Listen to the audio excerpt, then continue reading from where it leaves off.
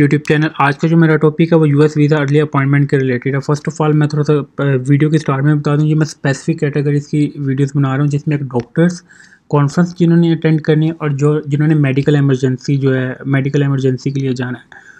देखें कि एक चीज़ मैं आपको डॉक्टर्स का क्या इशू आ रहा है। मेरे साथ जो है ना मोस्टली अभी तक 150 प्लस डॉक्टर्स ने रब्ता किया है। जितनों को मैं कंपनसेट कर सकता था मैंने किया, बाकियों को मैंने बता दिया कि भाई इसका कोई सलूशन नहीं है।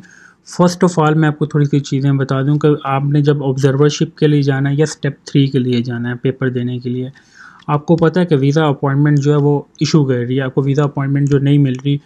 मेक श्योर करना है कि आपका जब ऑब्जर्वरशिप का जो प्लान है आपका आपने बुक उसके अकॉर्डिंग करना है। लाइक जून है ना, तो आपने बुक करना है 1 अक्टूबर से। आपने ये ऐसे नहीं करना कि आप वीज़ा अप्लाई करें जून में और आपने 1 जुलाई से आपने स्टार्ट ऑब्जर्वरशिप का किया हुआ है।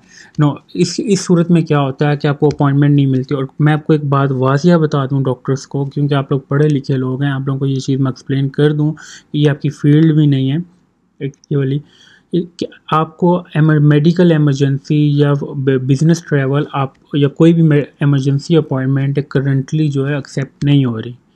ये मैं आपको स्ट्रेट फॉरवर्ड कर रहा हूँ। इन केस अगर आपने प्रोसीड करनी भी है तो आप लोगों ने ये खुद ट्राई नहीं करनी है। आप जिस एरिया से भी बिलोंग करते हैं, आपने वहाँ पे जो प्रोफेशनल कंसल्टेंट हैं आपने उनसे रब्ता करना है और उनसे ही आप लोगों ने जो अपॉइंटमेंट है अपनी प्रोसीड करवानी है। ठीक, एक तो चीज़ ये क्लियर मैं आपको बता दूँ।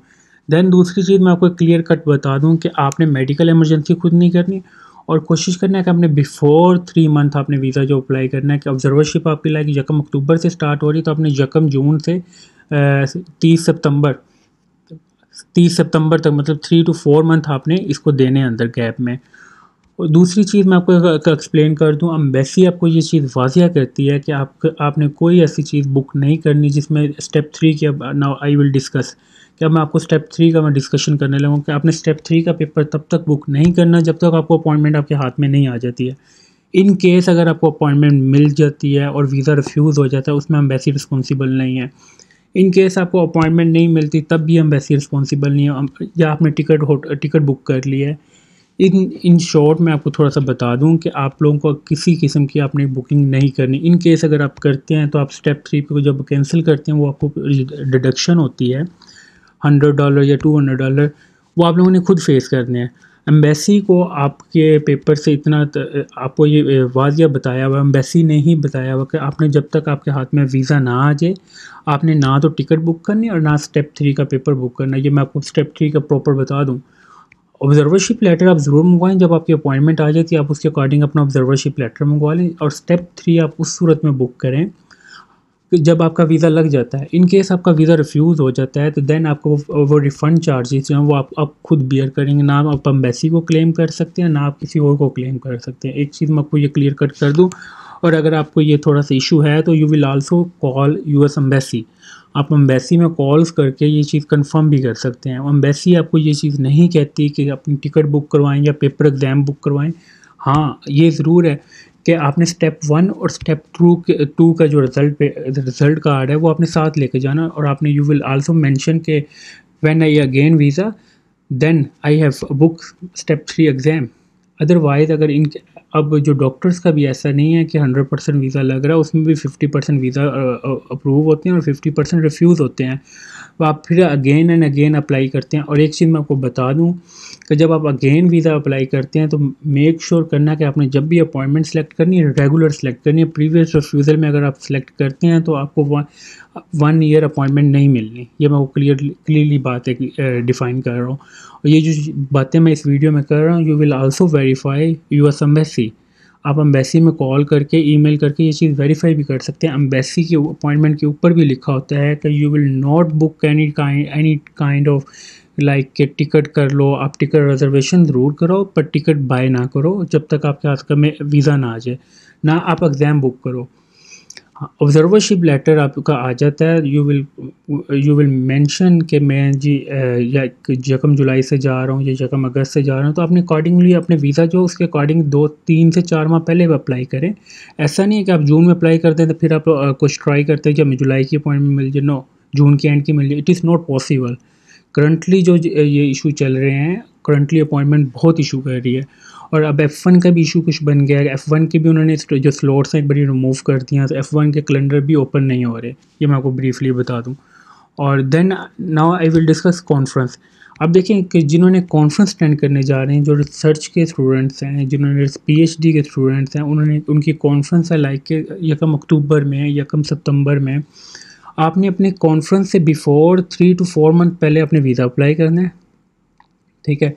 देन आपने अपने उसके अकॉर्डिंग अपने इनविटेशन लेटर मंगवा लेना और you will try regular appointment. Make sure emergency appointment अगर इन केस आपको करनी भी है तो आपने किसी कंसल्टेंट से जाके करवानी है जो आपके एरिया में है।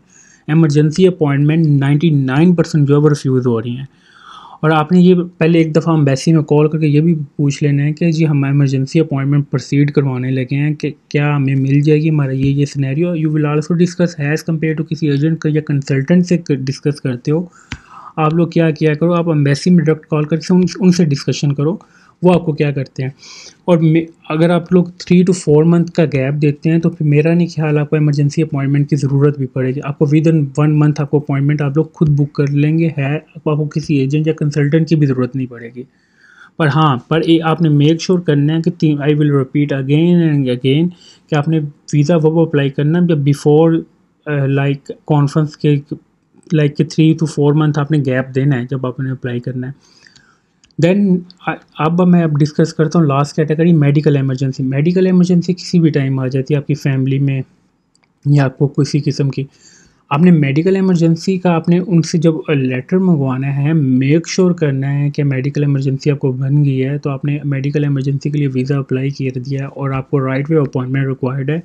तो आपने जो आपको मेडिकल एमरजेंसी वहाँ में US में बनी है, तो जो आपको मेडिकल एमरजेंसी का इन्फॉर्म कर रहा है उनको कहना है कि वो आपको आपकी वहाँ पे US एम्बेसी में भी ईमेल करे और वहाँ पे लॉयर करवा के वहाँ पे टेस्टेड करवाए उसको इनविटेशन लेटर को।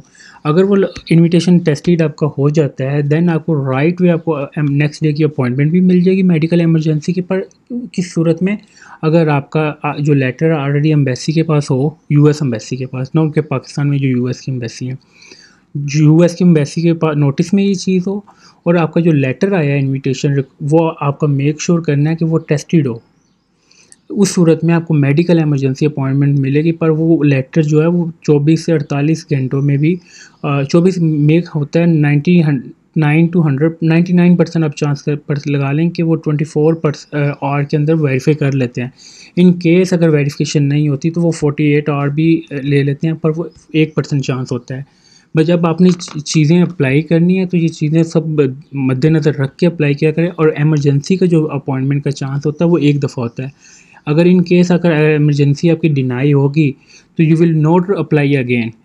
मैं इसलिए, और जो कॉन्फ्रेंस वाले और डॉक्टर्स हैं जो USMLE स्टेप 3 के लिए जा रहे हैं और ऑब्जर्वरशिप के लिए जा रहे हैं, मैं उनको ये वाज़िया वर्ड में ये कह रहा हूँ कि आपने एमरजेंसी अपॉइंटमेंट नहीं बुक खुद करनी। अगर आप लोग करते हैं तो देन आप फिर नॉर्मल अपॉइंटमेंट से भी जाते हैं। उसमें क्या होता है कि आपने ट्राई पहले नॉर्मल अपॉइंटमेंट करनी है, then you will apply at the end emergency appointment through consultant. ये खुद आपने अपॉइंटमेंट नहीं करनी, क्योंकि एमरजेंसी जब अपॉइंटमेंट करते हैं उसमें ब्रीफली एक डिस्क्रिप्शन में मेंशन करना होता है सब कुछ कि ये इशू है जिस वजह से मुझे चाहिए।